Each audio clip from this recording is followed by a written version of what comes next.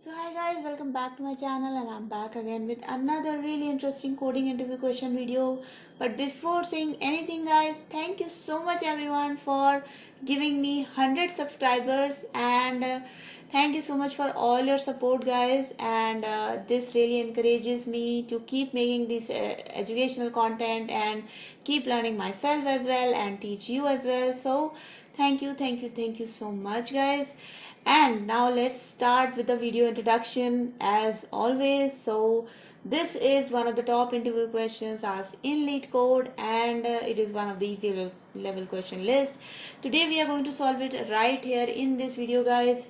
And guys, if you are new to my channel and you like my content, you want to learn something with me and you're just interested in programming, then please do subscribe to my channel and hit the bell icon for further notifications guys. Give this video a big thumbs up and share it with your friends as well. If you have any comments, questions, suggestions, feedback for me, please put them in the comment section below. I would definitely address them sooner or later, but for sure. And now without delaying this video any further, let's get started. So guys, first of all, let's read the problem statement, and the problem statement is pretty straightforward guys. This is actually part of the sorting searching questions in LeetCode, and that's why the problem is something called as merge sorted arrays. Basically we are given two arrays in non-decreasing order. So for example, we have a nums1 array and a nums2 array, and both of these arrays are ascending orders. So nums1 array will have elements from will have elements m elements. So the value of m is 3, so that means the first 3 elements will be the elements in the ascending order.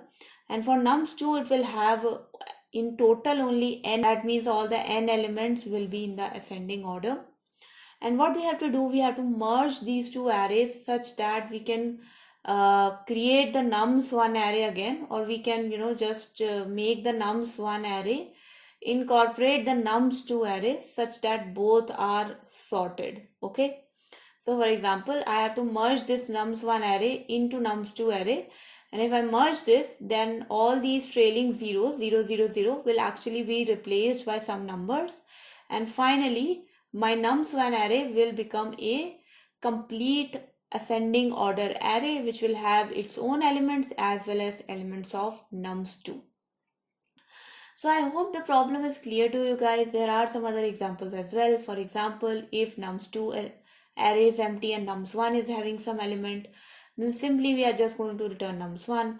And similarly, if nums1 is having no elements and nums2 is having some element, then nums2 will be simply copied into nums1 and we will simply return the nums1 array. Okay, and let's go over the constraints guys. So the length of the nums1 array is m plus n. So that's the trick here guys. We have done merge sorting of linked list before, but in that case we have to create another third linked list in which we were storing the elements of first and second linked list in a sorted manner. But here we do not have to create any other array. We have to modify the nums1 array only, and nums1 array is having a length of m plus n, but only the first m elements are in ascending order and rest of the n elements are 0 0 0 in nums1. For nums2 the length is obviously equals to n. The value of m and n are from 0 to 200, and if we add m plus n, it will become again 1 to 200. The value of the nums are from minus 10 to the power 9 to plus 10 to the power 9. And basically we have to come up with an algorithm which runs in order of m plus n time, and we also have to make sure that we shouldn't take any other array or any other memory to make this a merge sorted array. Okay, so guys, we'll not go through the hints here. I will just take you through the solution, and I hope you all are clear with the problem statement, and let's jump forward to the solution. So guys, if you have seen my merge sort linked list video, then this is pretty much like that only. And what we are going to do here today is we are going to merge these two arrays, but not from the top. We are going to merge these arrays from the bottom. And why from the bottom guys? We are going to merge these arrays from the bottom because if you can see, if we start merging these arrays from the top, then how we will replace this element. So for example, if we say 1 and 2 are fine here, but if we want to replace 3 with 2, then where this 3 will go? Okay, so we won't have space to actually accommodate the variables which we are swapping. So that's why we will start swapping the elements or start merging them from the back, so that when we will reach, we will complete our comparison and we will slowly reach towards the end, towards the first element, then all the elements will be well incorporated. So I'll show you in the solution, guys, how we are going to do that. So similarly, first of all, we are going to declare a k variable, and the value of k variable, as we are going to start iterating our nums array from the end, the value of k will be m plus n minus 1. Okay. So similarly, just like we did in merged linked list, or maybe we have done in merged arrays as well, just you will make a while loop while k is equals to 0 and n is also greater than 0 and m is also greater than 0. So just compare the nums1 element with the nums2 element. So if nums1 element at mth position, not m minus 1, because m and n are proper numbers, but the index of nums1 and nums2 starts from 0.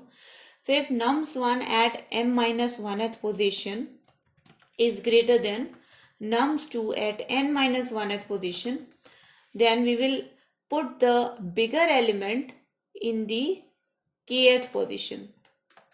So keep into mind that k is at m plus n minus 1. So it is already at the end of the nums1 array. So because we are starting from the end, we will assign the bigger element in the end. So nums k will become equals to the bigger element, which is the nums1 m minus 1.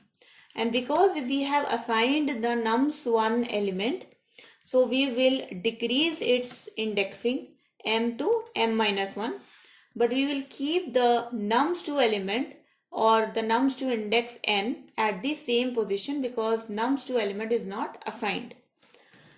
But if we do the same, if we do the else thing, then in the else thing, if the nums1 element is smaller than nums2 element, then the kth element will become equals to the second array nums2 n minus 1, and we will now decrement n to n minus 1 and m will remain at the same position. Okay, so that will become your else part. After both the if and else are completed and kth element is assigned, just decrement k with k minus 1. And finally, when this while loop will be completed, either n will become 0 or m will become 0. So when that will happen, then at least one of the arrays completely sorted or completely assigned. Now we will simply go through while n is greater than 0. So guys, if n is greater than 0, what will happen is that the second array is not completely assigned into nums1. Okay, so we only have to iterate till while n is greater than 0. What we will do, we will simply copy this part. So nums1 k becomes equals to nums2 n minus 1 and k will becomes equals to k minus 1. Okay, so we actually don't have to do the while loop of while m is greater than 0.